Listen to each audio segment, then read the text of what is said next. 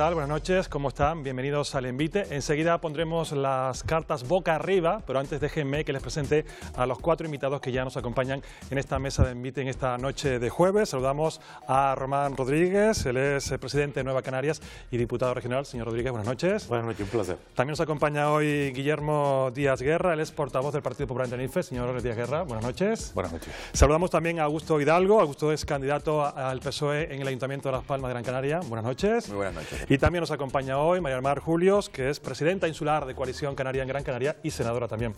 Buenas noches. Muy buenas noches. Gracias a los 4 por compartir esta partida de Envite hoy con todos nosotros y con todos ustedes. Y vamos ya a entrar en materia, a contar lo sustancial de esta semana aquí en Canarias. Para eso saludo ya a mi compañera Emilia González. Hola Emilia, buenas noches. ¿Qué tal? Buenas noches a todos. Hoy también hay mucho que contar y empezamos por un dato que conocimos esta semana, que es el paro. Sí, efectivamente. Vamos a empezar con cifras. Empezamos con cifras. Esta semana hemos conocido los datos del paro del desempleo correspondiente a enero y baja en las islas por primera vez desde 2006 en un mes de enero. Canarias es una de las 3 comunidades en las que desciende el paro. En el conjunto de España el desempleo crece un 1,75%.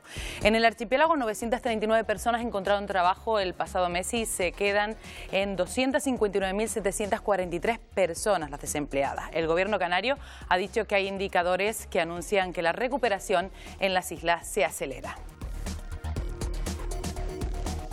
Y más cifras, hemos conocido la encuesta del CIS y el paro pues sigue siendo el principal problema o la principal preocupación de los españoles. También ha revelado la intención de voto según la encuesta del CIS.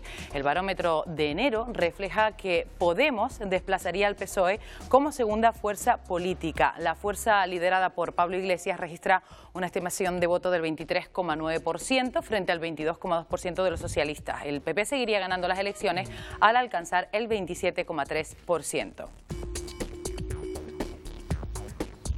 Bueno, pues si estos datos se confirman, estaríamos, Eugenio, en el fin del bipartidismo en el gobierno español. Parece que en este caso las matemáticas no engañan. ¿Se acabó el bipartidismo, señor Rodríguez? Provisionalmente seguro, ¿no? Yo creo que la irrupción del fenómeno Podemos, alimentado por una crisis económica muy injusta y también por los casos de corrupción, pues hacen que las 3 grandes opciones estatales sean ahora PP, PSOE y Podemos. Y eso va a ser difícil de variar en los meses que quedan hasta las elecciones generales, pero yo no daría por definitivo la pérdida de esta condición del bipartidismo. El líder de Podemos dice que lo que hay que elegir es entre el Partido Popular y Podemos. Digamos, sustituir un bipartidismo por otro, es lo que está diciendo su líder. Yo creo que van a ser unas elecciones donde va a haber una pulsión de cambio. Va a haber algo parecido a lo que están diciendo las encuestas, primera fuerza al PP, un empate técnico, creo yo, entre Podemos y el Partido Socialista que se tendrá que dirimir los próximos meses, pero va a haber 3 grandes fuerzas de orden estatal, PP, PSOE y ahora esta fuerza que es Podemos, y la encuesta lo que hace es medir esto, ¿no?, a nivel de España, ¿no? ¿Y en Canarias, señor Rodríguez, cómo lo ve? Bueno, esta encuesta no sirve para medir los asuntos de Canarias, ¿no? Pues primero porque los encuestadores no sé si saben dónde está La Gomera, pues La Gomera tiene 4 diputados en el Parlamento de Canarias, ¿no? Esta es una encuesta para medir la situación de unas elecciones generales con una muestra representativa del conjunto del Estado y por lo tanto que trata de medir los resultados al Parlamento español, a las Cortes Generales en definitiva. En Canarias las cosas se trasladan en cierta medida en lo que está pasando en el resto del Estado. Los 3 grandes partidos, el Partido Popular, Coalición Canaria y el Partido Socialista, en todos los análisis socioelectorales conocidos retroceden de forma sensible. Nosotros avanzamos en todos los análisis socioelectorales conocidos de manera también sensible e irrumpe con mucha fuerza este fenómeno de Podemos en Canarias, que desde nuestra perspectiva va a tener una notable representación en el Parlamento. Digamos que como mínimo 5 fuerzas políticas compartirán la representación del pueblo de Canarias, creo yo, en mayo, conociendo todos los antecedentes y conociendo el territorio y a la gente, ¿no? De manera que el cambio, la pulsión de cambio también existe en Canarias, ¿no? Guillermo, el PP sigue ganando, pero pierde con respecto a las últimas elecciones. Bueno, yo creo que a las encuestas hay que darles la credibilidad que tienen y sobre todo extrapolarlos a unas supuestas elecciones generales, que es de lo que se está preguntando ahora dentro de unos cuantos meses. A mí me sorprende de esta encuesta, no el resultado en sí, sino que precisamente se esté comparando un partido cuyo programa aún no conocemos a sus líderes, conocemos su tono en el discurso, conocemos su estilo, pero no llegamos a conocer en el fondo qué es lo que pretenden hacer de este país ni cómo lo pretenden hacer. Entonces, sí tengo la impresión de que los partidos tradicionales tenemos que analizar el porqué esa irrupción con esta potencia? ¿Por qué parece que hay un voto de alguien que nunca se ha sentido motivado por acudir a las urnas y en estas futuras elecciones sí lo va a hacer y adoptar en consecuencia las medidas que tengamos que adoptar para volver a atraer a nuestros electores? Me da muchísima alegría ver que el Partido Popular mantiene el liderazgo. Espero que sea así, porque verdaderamente el Partido Popular es el que ha sacado a este país de la crisis y el partido que da un gobierno que le da credibilidad frente al resto del mundo, pero desde luego todos los partidos tenemos que hacer un análisis a ver por qué hay esta intención de voto a alguien que ni siquiera se ha quitado todavía la careta. María del Mar, ¿qué análisis hacen desde Coalición Canaria de estos datos, de estos sondeos? Bueno, yo creo que como encuesta lo importante es que refleja una tendencia. Ahora, queda todavía meses de aquí a que se produzcan unas elecciones generales, ¿no? Desde mi punto de vista, lo que está apuntando probablemente es que además de que se rompe la imagen del bipartidismo que hemos tenido hasta ahora en España, desde la democracia para acá, lo que sí que parece que se apunta a que no van a haber mayorías absolutas. Y probablemente desde mi reflexión eso es bueno para la democracia, que nos acostumbremos también a que no haya mayorías absolutas y que por lo tanto haya una mayor necesidad de consensuar entre las diferentes fuerzas políticas. Yo creo que también la encuesta lo que refleja es la necesidad de que hayan cambios en la forma de hacer política, y esa es una reflexión que tenemos que hacer todos los partidos, los que están hoy representados en el arco parlamentario y los que no lo están también, para no reproducir los TIC, porque evidentemente eso no sería positivo. Y también opino que esta encuesta del CIC no puede reflejar la realidad de Canarias. La muestra de Canarias es muy pequeña, pero además no es representativa de las 7 islas y por lo tanto la reflexión con respecto a Canarias habría que hacerla en base a otras encuestas que sí que tengan una muestra que sea representativa a nivel de cada las islas. ¿Maneja usted otras encuestas, otros datos? Las que manejamos todos, ¿no? Las que han salido en los medios de comunicación, que se han realizado en el ámbito autonómico, en el ámbito de Canarias y bueno, en ellas hay diferencias pequeñas, pero siempre hay una horquilla en donde se supone que hay un descenso de votos, tanto del PP como del PSOE, como de también el voto nacionalista y digamos, se incorporan fuerzas emergentes, ¿no? Pero evidentemente yo creo que todavía no estamos en condiciones de poder confirmar exactamente. Creo que va a ser muy difícil en esta ocasión que las encuestas acierten con un grado importante los resultados definitivos. Augusto, si atendemos a esta encuesta, parece que el PSOE es el que más ha perdido, dicen. Bueno, pero más que el efecto psicológico que tiene este tipo de encuestas, hay que tener la perspectiva de que estamos hablando de una encuesta para unas elecciones que se prevé que sean en noviembre, que en cualquier caso reflejan no solo que hay una situación de tres quesos, ¿no?, donde se reparte el grueso de votos, pero desde luego lo que sí refleja es un rechazo por parte de la ciudadanía a lo que está pasando. Fíjense que el paro repunta como elemento principal de preocupación por parte de los españoles.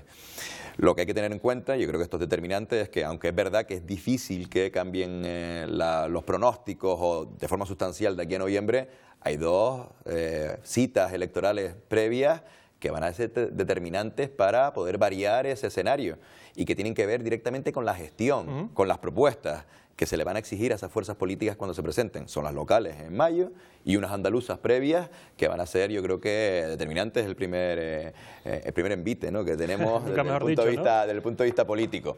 Eso sí puede variar el escenario de aquí a noviembre. Cosas más duras hemos visto y virajes electorales hemos visto que este. Y como digo, es una encuesta de reacción, refleja la reacción de la ciudadanía. Cuando se acerque el momento en que la ciudadanía tenga que expresar qué es lo que prefiere para que le gestione su día a día, su vida, pues veremos si siguen teniendo el mismo apoyo algunas fuerzas políticas, ¿no? Bueno, pues habrá más encuestas hasta de aquí a que sean las elecciones. Vamos con el otro asunto que nos contaba nuestra compañera Emilia. Ya también Augusto hacía referencia al paro. Hemos conocido el dato de paro en Canarias que ha bajado en un mes de enero donde tradicionalmente suele subir. ¿Qué lectura extrae usted de este dato en Canarias? Bueno, yo siempre digo que cuando baja el paro debemos alegrarnos, cuando sube debemos preocuparnos, y aquí evidentemente ha bajado el paro en Canarias, debemos alegrarnos, ha subido a nivel estatal y debemos preocuparnos. al margen de la estacionalidad, ¿no? Pero a mí lo que realmente me preocupa profundamente es dos datos. Primero, seguimos estando en unos índices realmente inaceptables para la ciudadanía desde el punto de vista de los índices de desempleo. Estamos hablando de que seguimos estando por encima del 20% de paro a nivel estatal y se prevé que sigamos estando por encima del 21% hasta el 2019. Es una situación realmente dramática para los ciudadanos y en Canarias eso se reflejará con un paro por encima del 30%. Es una situación realmente insostenible. Y al mismo tiempo el tipo de empleo que se está generando, porque por mucho que algunos gurús digan que vamos a salir de la situación de crisis económica, ¿cómo vamos a salir? Y la encuesta dice, bueno, los datos de desempleo dicen que ya estamos en empleos y en contratos eventuales en un 38%, es decir, casi el 40% de los contratos que se realizan son eventuales. Algunos de 3 días, algunos de horas. Una calidad de empleo provocada por la reforma laboral. Esto es dramático, esto es duro y desde luego debe hacernos reflexionar sobre las vías de salida de esta crisis, ¿no? Román, ¿será este el año de la recuperación? Vamos a ver, la gente está cambiando de opinión con respecto a los partidos más relevantes, tanto de España como de Canarias, por esto. La gente no entiende estas cifras de desempleo. La gente no entiende la política de recortes. La gente no entiende que se dediquen decenas de miles de millones de dinero público a salvar determinadas empresas y luego se abandone a la gente que lo ha perdido todo. Más de la mitad de los parados de Canarias no tienen ninguna prestación, no tienen ningún ingreso. Este es nuestro problema principal. Hay crecimiento macroeconómico sensible, entre el 1,7 y el 2%. Sin embargo, la correlación de ese crecimiento macroeconómico con el empleo está siendo muy discutible. Se está creciendo algo en empleo neto, pero en empleo de baja calidad, a tiempo parcial y temporal.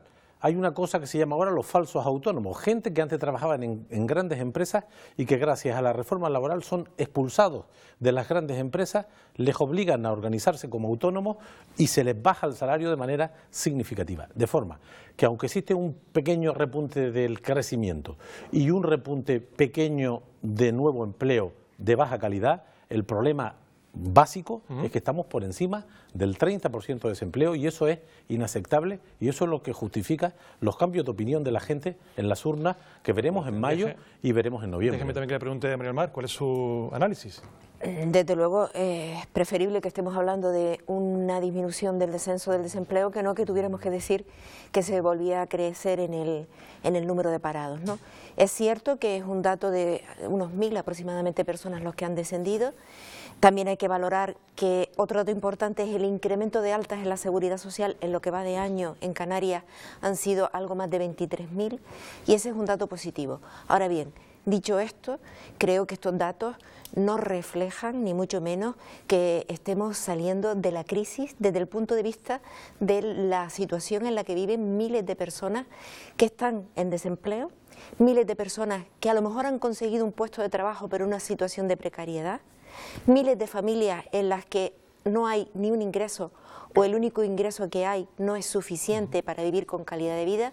Por lo tanto, creo que es necesario que haya una reorientación de las políticas económicas en general en Europa, no solo en el Estado español, sino también a nivel europeo, porque desde luego que no se entiende que se estén rescatando a los bancos, que los bancos ya empiezan a tener importantes beneficios y los vemos en los resultados incluso de multinacionales y que en estos momentos, digamos, ese repuntar de la economía no llega todavía a mejorar la calidad de vida de muchos ciudadanos, ¿no? ¿Se está creando calidad de empleo, Guillermo?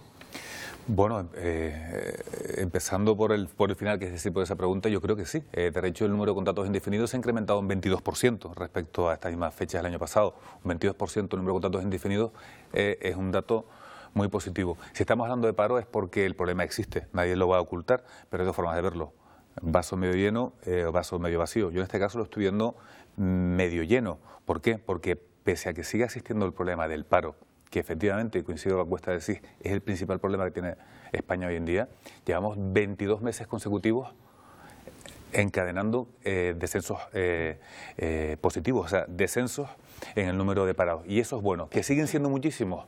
Por supuesto. Que en Canarias, en el mes de enero, que es un mes netamente destructor de empleo, y así lo ha sido históricamente, existen estadísticas, ni siquiera este año ha habido destrucción de empleo, sino que encima ha habido un descenso del paro, pues mucho más positivo. No ha sucedido así en el resto de España, efectivamente, pero si comparamos este enero con el año anterior, vemos que el incremento ha sido justamente la mitad. Luego ha habido una disminución en la velocidad de la destrucción de empleo, una disminución en la velocidad del crecimiento de paro, y eso no se debe ver solo a fotografía inmediata, sino en conjunto. Es un dato muy positivo, que sigue siendo desgraciado, porque efectivamente estamos por encima de un 30% en esta comunidad autónoma. Pero lo importante, igual que prácticamente todo lo que estamos hablando desde que ha comenzado hoy este encuentro, es las tendencias, y las tendencias son muy positivas. Bueno, vamos con otro asunto, como ven, distintas opiniones en torno a una misma realidad, la del paro, y vamos con otras cuestiones que también marcan la actualidad esta semana, Emilia. Sí, efectivamente, esta semana también hemos tenido una visita, la de la ministra de Fomento, Ana Pastor, que firmó con el presidente de Canarias, Paulino Rivero, varios convenios en materia de vivienda que servirán para rehabilitar inmuebles en diferentes zonas de las islas. Se beneficiarán unas 1.700 familias, pero la ministra se fue y quedaron varios asuntos pendientes. El tema de la financiación del cierre del anillo insular en Tenerife y la carretera de la Aldea. Y otro asunto en el que tampoco se pusieron de acuerdo el gobierno canario y español es la privatización de AENA, que en breve está previsto que entre en bolsa. En Canarias, el Ejecutivo se agarrará al Estatuto de Autonomía de Canarias para pedir que la gestión de los aeropuertos, de puertos y aeropuertos, pasen a manos del archipiélago. Como recoge el artículo 33.13, a la comunidad autónoma le corresponde la competencia de ejecución en puertos y aeropuertos con calificación de interés general cuando el Estado no se reserve su gestión directa. Bueno, pues de momento la ministra ya ha dicho que el Estado ha tomado esa decisión y que no da marcha atrás, y por su parte el gobierno canario ha dicho que adoptará todas las medidas judiciales que tenga en su mano para pues demostrar que o impedir esta venta porque la considera ilegal. Veremos qué pasa. A ver qué ocurre. La situación, señor Rodríguez, ¿cómo la ve? Porque las posturas están muy encontradas, ¿no?, entre los dos gobiernos. Este es otro tema que la gente no entiende. Los aeropuertos de España y los de Canarias, de forma destacada, son infraestructuras absolutamente vitales para la cohesión territorial, para la comunicación interna, para colocarnos en el mundo, para que la gente del mundo venga aquí. La red aeroportuaria española y canaria es de las mejores del mundo. Es segura, son eficientes, están bien profesionalizadas, son competitivas porque producimos servicios aeroportuarios absolutamente comparables con los mejores lugares del mundo, y sin embargo, y además dan beneficios. Los aeropuertos de Canarias dan beneficios. El año 14, 110 millones de euros de resultados. Y sin embargo se venden. ¿Cómo puede entender un ciudadano de a pie, de esos que no van a votar ni al PP, ni a Coalición, ni al Partido Socialista? No puede entender que una infraestructura que funciona, que está perfectamente capitalizada, que tiene una función estratégica, se venda a particulares y pueda caer en manos, y hay datos sobre ello, de fondos buitres.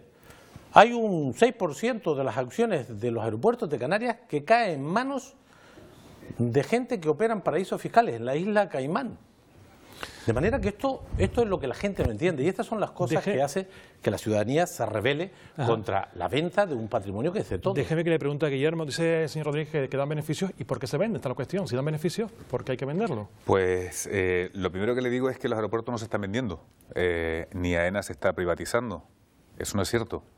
Se está vendiendo, se está permitiendo la entrada de capital privado a la gestión de AENA, pero un 51%, que es decir, la mayoría absoluta de los aeropuertos, sigue perteneciendo al Estado, luego sigue siendo público. Únicamente el restante porcentaje es donde se permite la salida a bolsa y la entrada de capital privado. Luego, no se está privatizando, se está permitiendo la entrada de capital privado a la gestión. ¿Y el por qué?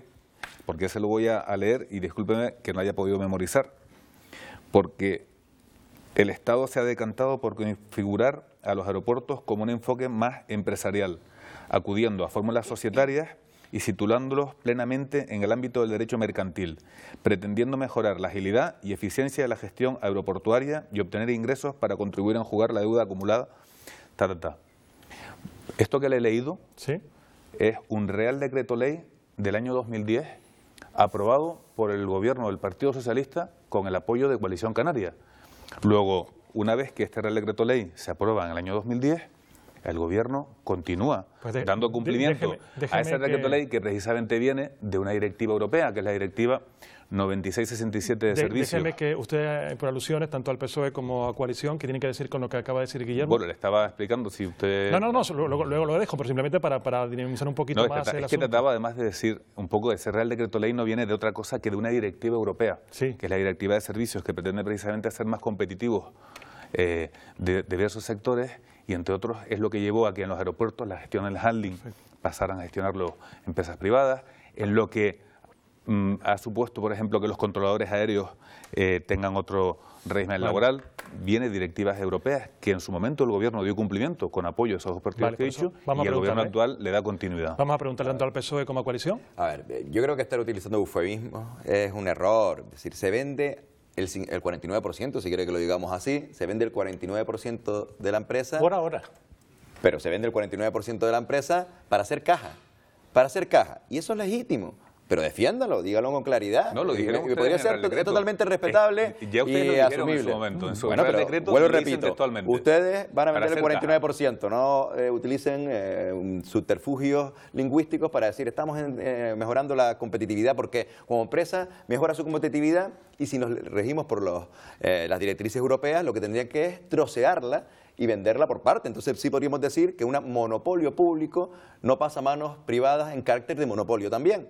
Entonces, dicho de paso, o sea, que no se ajusta a la normativa europea, sino que va destinado a hacer caja, legítimo. Ahora, de camino se comete, primero, una irresponsabilidad y además una falta de respeto institucional, que es no tener en cuenta a Canarias, en particular si tenemos en cuenta su Estatuto de Autonomía, que es parte del tronco constitucional y que dice que si el Estado deja de gestionar de forma directa AENA, los aeropuertos del Estado, los aeropuertos de interés público, pues pasará a gestión ejecutiva de la Comunidad Autónoma de Canarias. Y como mínimo deberían haberse sentado para poder discutir esta cuestión. Y esto va a acabar en los tribunales y puede ser un lío que acabe con un agujero económico importantísimo desde el punto de vista de las arcas del Estado. Y se podría haber resuelto con una relación normal entre instituciones, y eso no se ha dado. Se ha impuesto y se ha privatizado, incluidos nuestros aeropuertos, y esa es la realidad. ¿Va destinado a hacer caja, como dice Augusto, María del Mar? Lo que está claro es que quien está privatizando ahora mismo AENA, porque 49% es el primer paso, ha ocurrido también en otros sectores, que antes formaba parte en exclusiva del Consejo de Administración, la Administración Estatal. Telefónica, Rexol, y poco a poco se empezó con un porcentaje menores, y se terminó teniendo ningún control por parte de la Administración del Estado sobre un servicio público que para Canarias representa los aeropuertos. Un servicio público esencial para nuestro desarrollo. Y sí que se está privatizando. Y además, en estos momentos, de la mitad de esos beneficios que tiene toda AENA, la mitad son producidos por los aeropuertos canarios. La mitad. Y claro que tenemos... ¿Son rentables los aeropuertos canarios? Por supuesto que son rentables y además se tienen que gestionar en nuestra tierra bajo un principio de solidaridad y de cohesión. Cuando pasen a manos privadas veremos cómo empezarán a plantearse cerrar aeropuertos de islas menores que no son rentables.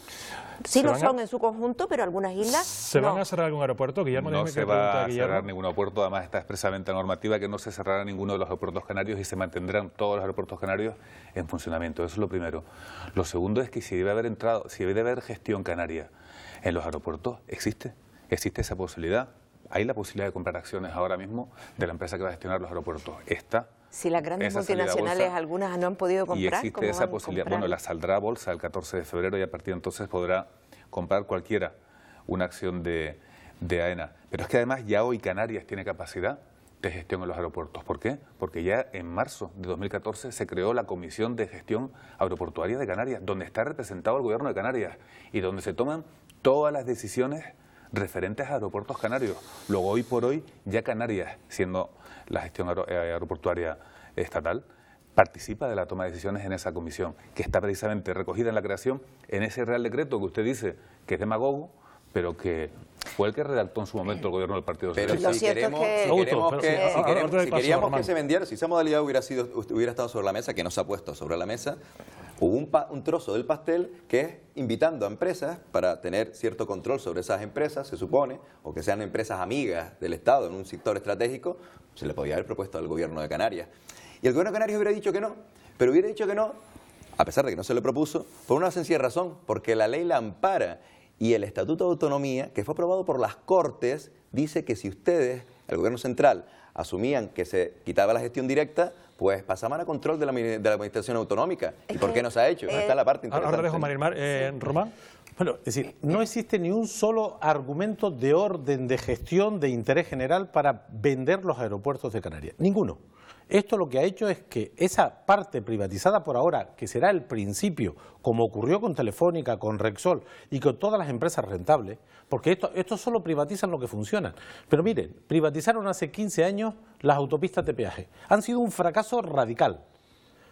Pero los que invirtieron ahora van a recibir el dinero de todos porque ahora se renacionalizan, se compran, de forma que lo que no es, se socializan las pérdidas y se privatizan las ganancias. Estas son las reglas del liberalismo. Sí. Les pido brevedad. Planteamiento, por lo tanto, no existe justificación para que una parte del accionariado de los aeropuertos de Canarias tenga su ubicación en un paraíso fiscal y esté en manos de buitres especuladores, los que nos han generado la crisis que hoy hace que sufran 250.000 canarios sin trabajo. Esto es lo que no puede ser. Y la ministra de Fomento podrá entender esto para León, pero para Canarias los aeropuertos son absolutamente vitales. Román, y no se puede permitir esto sin la autorización de la comunidad autónoma. Enseguida le pregunto como aldeano por la carretera de Aldea, pero Marilmar quiere apuntar algo Sí, y cambiamos de tercio. lo que quiero apuntar es que el Estatuto de Autonomía está vigente y por eso se va a meter el Gobierno de España en un proceso jurídico grave, porque lo que se está exigiendo, lo que va a reclamar el Gobierno de Canarias, además con el apoyo del Parlamento de Canarias, es que se dé cumplimiento a la Comisión Bilateral Canarias-Estado, que ha pedido que se convoque para producir las transferencias en la gestión de los aeropuertos, ya que el Estatuto de Autonomía dice que cuando la gestión no se ejerce directamente por el Estado de los aeropuertos canarios, esta puede ser reclamada por la comunidad autónoma. Y sin más, hay que mirar el ejemplo de cómo se gestionan los puertos. En los puertos hay un consejo de administración en donde está sentado el Gobierno de España y está sentado el Gobierno de Canarias, están sentados los cabildos. Esta comunidad autónoma tiene derecho a exigir que el modelo de gestión de sus aeropuertos se tome con participación de la comunidad autónoma y no una decisión tomada unilateralmente. Ha quedado claro. ¿La carretera de Aldea para cuándo?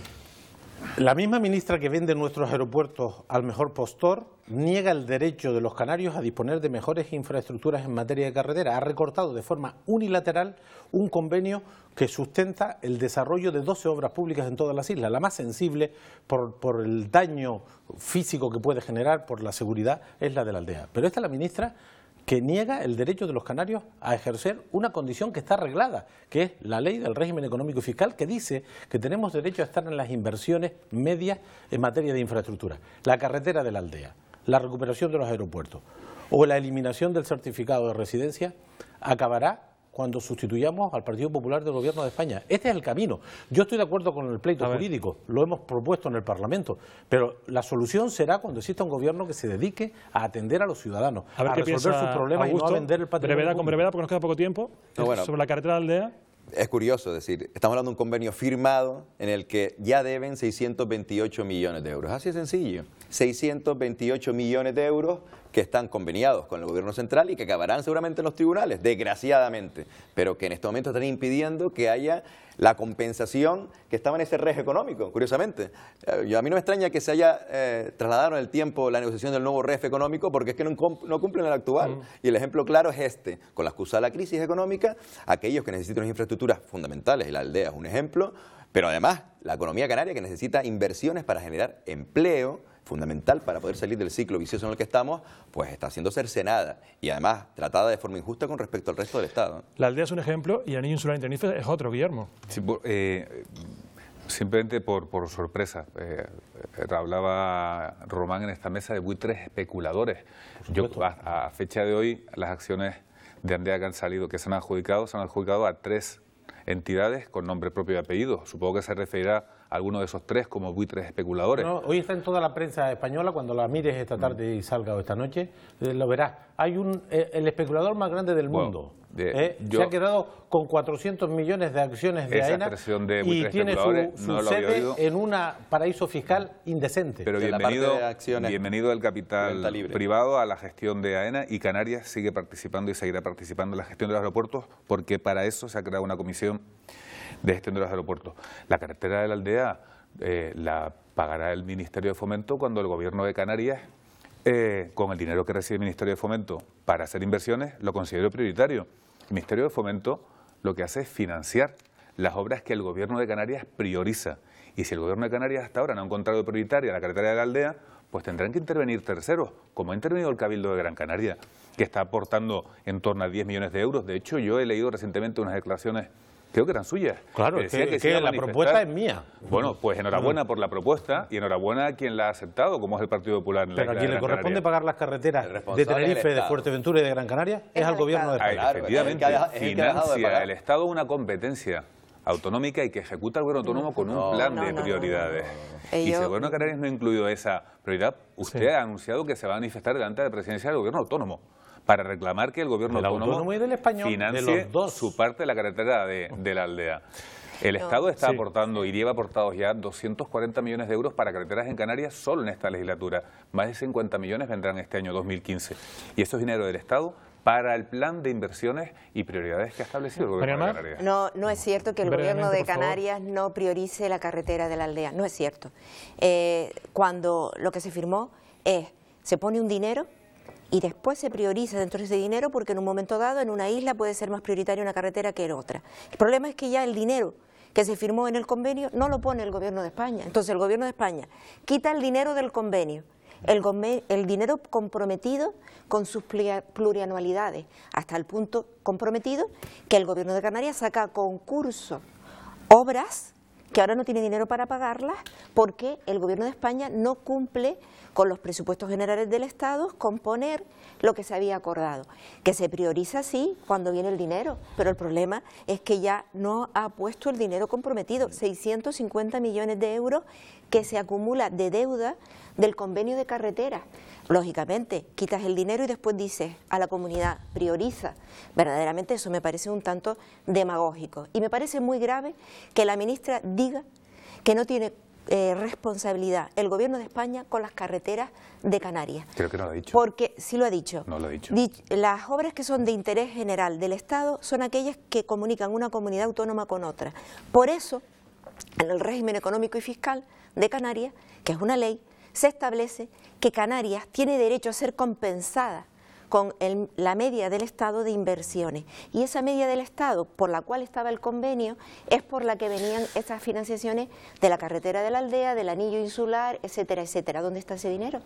¿Por qué se sigue invirtiendo en el AVE y no se invierte en las carreteras estratégicas de Canarias? Bueno, recortes en carreteras. Guillermo, medio minuto, Bueno, la priorización no se hace a posteriori de la financiación. Efectivamente, el Gobierno de Canarias debe elaborar un programa de inversiones, una priorización, y a partir de ahí solicita el dinero del Estado. Yo creo que quien fue en su momento vicepresidente del Gobierno debería conocer esta materia. Por eso Está claro que el Gobierno de Canarias prioriza y quien hace sus planes. Y cuando se hizo los planes salieron unas cuentas, salieron unos dineros que se pusieron en los presupuestos y ahora han sido recortados con mucho más ajuste en Canarias que en el resto de España. Está claro que no se van a poner de acuerdo, están las cuatro posturas aquí en la mesa de este Invite en este jueves, no se van a poner de acuerdo, cada uno con su opinión, y seguimos adelante con más temas, Emilia. Sí, vamos a seguir con otro tema, no sabemos si se van a poner de acuerdo en este caso. Nos referimos ahora a la nueva ley del Ministro de Educación de rebajar de 4 a 3 años la duración de las carreras universitarias y añadir además 2 años de máster.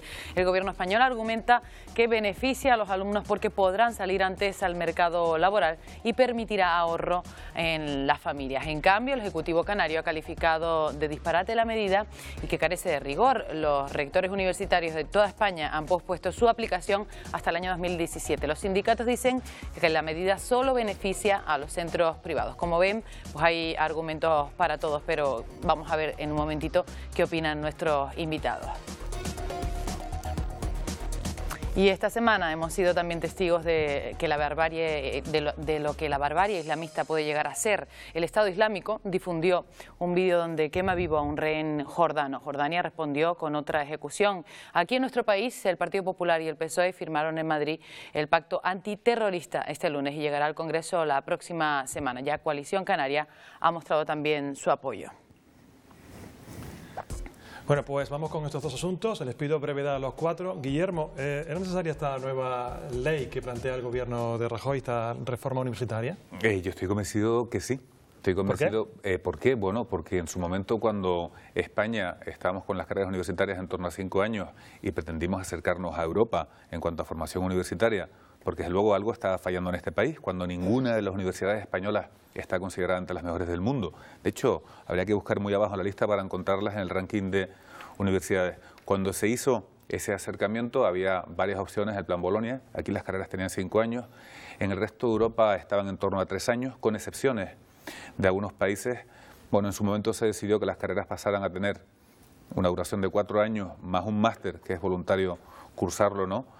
Y ahora se decide hacer aún más ese acercamiento y asimilarnos al resto de la Europa con la que nos queremos parecer, que es poner 3 años de carrera más esos 2 años voluntarios de máster. El modelo actual español lo están manteniendo países como Georgia, lo está manteniendo Grecia, Turquía o Kazajistán. Déjeme también que le pregunte al resto, ¿cómo lo ve, María Mar? ¿Era necesaria esta reforma? Pues yo creo que no. En estos momentos, desde luego que el modelo educativo en España falla, eso es evidente. Tampoco creo que se mejore porque cada año ya, o cada 2 o 3 años, estemos cambiando el sistema, porque eso lo único que genera es una mayor incertidumbre, ¿no? En estos momentos, ¿qué es lo que entiendo yo significa esa medida? Que es que las universidades públicas van a pagar el grado en 3 años para las clases medias, las clases que menos recursos tienen, porque después para obtener lo que era la antigua licenciatura e incluso para tener acreditada esa titulación desde el punto de vista del ejercicio profesional tienes que tener el máster. El máster hay que pagarlo. Los másteres son caros. Los másteres Pero el ministro implican... decía que con esta medida se ahorraba a las familias dinero. Pues no sé, será que se ahorran, pero para que se queden en un grado, es decir, lo que eran las técnicas anteriormente. Pero cuando quieran dar el salto a tener un máster y equipararse en muchos casos a las antiguas licenciaturas, o sobre todo que el título esté homologado, acreditado para el ejercicio profesional, tienes que hacer el máster, y ahora el máster ya no es de 1 año, sino son de 2 años, por lo tanto va a costarle más a la familia. Román, ¿cómo lo vemos? Bueno, primero, este ministro y este gobierno en materia educativa impone sus normas, no hay consenso. ¿Cómo es posible en una competencia compartida y estratégica no se busque el acuerdo con las comunidades autónomas y con los rectores? No están de acuerdo. Solo está de acuerdo una comunidad autónoma de manera explícita y la inmensa mayoría de los rectores han dicho que no. Primera consideración, no se pueden hacer leyes estratégicas y las de educación lo son por decreto, porque lo digo yo.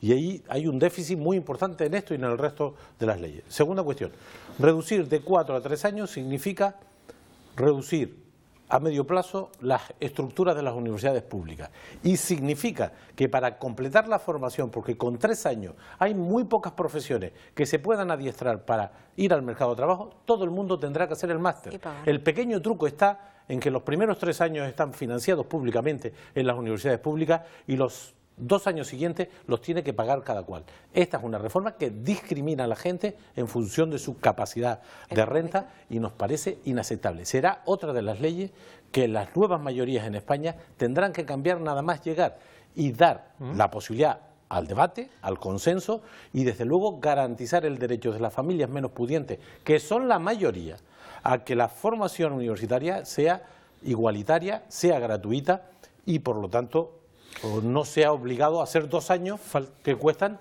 3 o 4 veces más que la enseñanza universitaria. Para opinar sobre este asunto. El despropósito. Estamos en este momento adaptando el sistema de grados que tiene de vigencia de adaptación hasta el 2017. La Unión Europea se está planteando el nuevo modelo de integración universitaria con esa fecha de límite. Todavía hay facultades con el sistema de licenciaturas de 5 años, como estudié yo la carrera, que están entrelazadas con las de grado. Y de repente el ministro Wert se saca de la chistera un modelo de implantación inmediata de 3 años en el que el Consejo de Estado le ha dicho si están locos porque es de prácticamente imposible cumplimiento. Pero que tiene el truco, efectivamente, que es lo que decía Román. El 85% del gasto universitario lo paga la administración pública, está subvencionado por la administración pública. Claro, si el coste de 4 años lo pasas a 3, lo que ocurre no es que los estudiantes se ahorren un dinero, es que se lo ahorra el Estado. Es que el señor Wert va a tener la posibilidad de ahorrar dinero en gasto público en materia universitaria. pero los estudiantes, para poderse equiparar al nivel de los europeos, van a tener que pagar un máster que en España están por encima de la media europea en coste. Tenemos los másteres más caros, de los más caros de toda Europa. Por lo tanto, la discriminación y la desigualdad va a aumentar a largo plazo, eso es indiscutible. Me gustaría puntualizar una que, cosa. que muchas veces el Poco máster tiempo, es a el ver. que te da acreditación para el ejercicio profesional. Claro. Porque el grado Clarisa, puede que Guillermo. no. La y puntualización acabamos. es que no hay una imposición. De hecho, lo que ha puesto el gobierno ha sido un marco y que sin una fecha límite, sin un plazo límite, las universidades se podrán adoptar en la medida que quieran y cuando quieran y puedan. No es una cosa imperativa al próximo curso. A partir del próximo curso, las universidades que quieran podrán adaptar este sistema. Y nos hará competitivos porque nos hará igual que el resto de Europa. Tendremos una formación equivalente al resto de Europa con las excepciones que nombraba antes. Grecia, Turquía, Georgia, Kazajstán. Pero vamos y a Rusia. tener Alguna el mismo universidad ya lo han título. dicho. 5 que la van a segundos y aceptar. 5 segundos, a ver, 5 segundos. No, la complejidad que va a haber en España, porque un título de una ingeniería o de lo que fuere va a ser en una universidad de 3 grados, No, en las otra ingenierías no se universidad modifican. de No, 4 las grados, ingenierías en otra no se universidad modifican. una licenciatura, No, es decir, no. que Las ingenierías siguen igual que las ciencias de salud, farmacia veterinaria, Bueno, medicina, Augusto. el máster de Derecho. Ya hay no se alguna mueve, el máster universidad, magisterio. alguna universidad que se ha salido de la regla y ha dicho que está dispuesta a planteárselo. Bien. Abrimos una espita en la que todas correrán para tener la excelencia que solo podrán pagar aquellos que tienen dinero para pagarla. Este es el problema, ¿no? Bueno, pues tampoco aquí se han puesto de acuerdo, como han podido comprobar nuestros tertulianos. Y vamos con la última. El titular es de hoy mismo, de esta mañana de jueves, y es que al final sí que habrá mogollones en las Palmas de Ahí Gran sí ha Canaria. habido acuerdo. Ahí sí que ha habido acuerdo. Ahí sí ha habido acuerdo. Sí, hablamos de carnaval, concretamente de la fiesta en la calle o los mogollones en las Palmas de Gran Canaria. Al final ha habido acuerdo entre la comunidad de vecinos del Parque de Santa Catalina y el Ayuntamiento de las Palmas de Gran Canaria y se celebrarán los mogollones nocturnos. Hace años también pasó algo similar en Tenerife. Pero nosotros nos preguntamos hoy, o vamos a preguntarles a nuestros invitados, ¿cómo conjugar la fiesta con el descanso? ¿Se deberían trasladar todas las fiestas que se hagan en zonas residenciales? Esta es la cuestión y les pido, por favor, concreción a los 4. Augusto, a ver. Bueno, yo primero tengo que decir que yo me alegro profundamente de, aunque sea en el último minuto y de penalti, hayamos conseguido parar lo que hubiera sido un despropósito, que es que los carnavales de las Palmas de Gran Canaria, de mi ciudad, pues se quedaran sin los famosos mogollones, sin su noche, ¿no? A mí me preocupa la letra pequeña del acuerdo que se ha adoptado hoy, que lo desconozco, que no sé si tiene validez desde el punto de vista jurídico y no sé si implica el que futuros gobernantes o esta administración, la local, el Ayuntamiento de Las Palmas, tenga que asumir compromisos de difícil comprensión o que de difícil encaje jurídico. Pero bueno, veremos la letra pequeña. A mí me preocupa lo que ha pasado con anterioridad, que no ha habido una negociación, no ha habido una discusión y no ha habido un cumplimiento de la legalidad. El problema, equiparándolo ya el modelo de Las Palmas, lo que ha pasado en Las Palmas, no es que ninguna sentencia haya impedido que se hagan los carnavales en un sitio concreto. Es que se tomó una decisión política por parte del gobierno municipal para irse del Parque Santa Catalina, lo decretaron y al intentar volver se ha hecho uso de ese decreto para impedir que se haya mogollones. Es un fallo del gobierno. En 30 segundos sé que me lo va a responder. Buena noticia porque el carnaval es una fiesta muy popular y es en la calle donde mejor se expresa, pero la responsabilidad de la mayoría gubernamental en la ciudad de Las Palmas dejó llevar esto al extremo.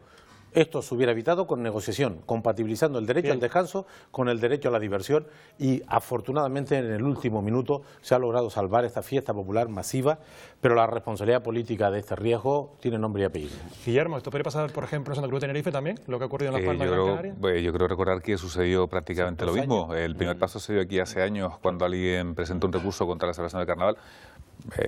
En suma, el carnaval es una fiesta tradicional, profundo arraigo en Canarias, profundo arraigo y conocimiento en todo el mundo. Tenemos uno de los carnavales más seguros del mundo y tenemos que alegrarnos de que un año más podemos seguir presumiendo en todo el mundo de carnaval. Mar, ¿cómo conjugar el descanso y el divertimento? Hombre, buena noticia desde luego, aunque el acuerdo se haya llegado in extremis, pero buena noticia, ¿no? Es difícil y en todas las grandes fiestas que tienen que ver con noches, sobre todo en el caso de los carnavales, los mogollones, es muy difícil pues compatibilizarlo, ¿no? Pero me parece a mí que es importante porque este no es un problema nuevo. Claro. Este problema viene desde hace 10 años. Unas veces denuncia una asociación, me refiero yo, una asociación de vecinos, otras veces es otra. Creo que se llevó hasta el último extremo.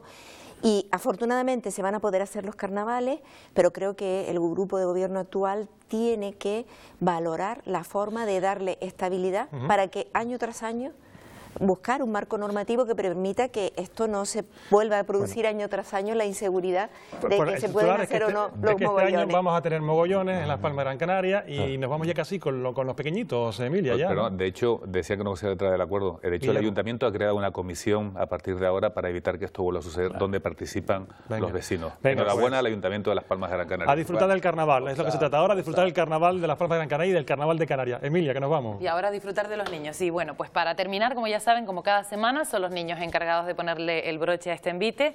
En esta ocasión nos cuentan muchísimas cosas los niños del Colegio Nuestra Señora del Pilar Salesianas de Guanarteme de Las Palmas de Gran Canaria. No tirar papeles al agua, y cuando vas por el campo, sobre todo no tirar cristales. No tirar los botes de cerveza al mar porque se pueden asfixiar peces. No dejar la tele encendida, reciclar y no dejar el grifo abierto. Y si nos encontramos algo por el campo que no es nuestro, que lo ha tirado alguien, lo recogemos y lo tiramos a la basura del campo. Reciclo cajas de cartón para mi Alex, que me lo trajeron los reyes, un dragón de agua. Si me toma algún yogur o una natilla o algo, si es de plástico, lo tiro al contenedor de plástico. Si está hecho de papel, pues al papel. Vivir en una isla. ¿Por qué? Porque no te puedes comunicar como los países, de un país a otro y eso. El dióxido de carbono. Porque afecta a nuestra capa de ozono. Vivimos en una isla y cuesta visitar a la gente de otros sitios porque no tenemos un puente ni nada.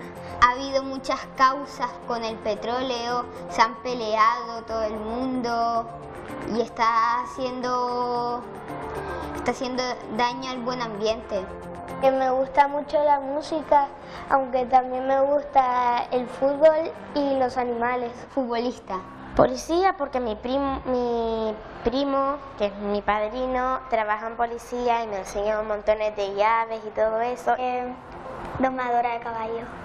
Portera. Cantante. Cuidador de animales. ¿Por qué? Porque me encantan los animales. Siempre cuando voy a casa me veo. Estoy como 3 o 4 horas viendo unos documentales de animales. Que todas las personas se traten bien, que los niños pobres tengan pan, comida, frutas para poder alimentarse bien, ropa y que tengan un colegio. Que no haya peleas en el mundo, no haya guerra. No hayan locos que disparan como en Francia. Que no hubieran fábricas de humo ni eso porque afecta al medio ambiente y eso hace matar a los animales. Que todo el mundo pueda llegar a conseguir lo que quieran.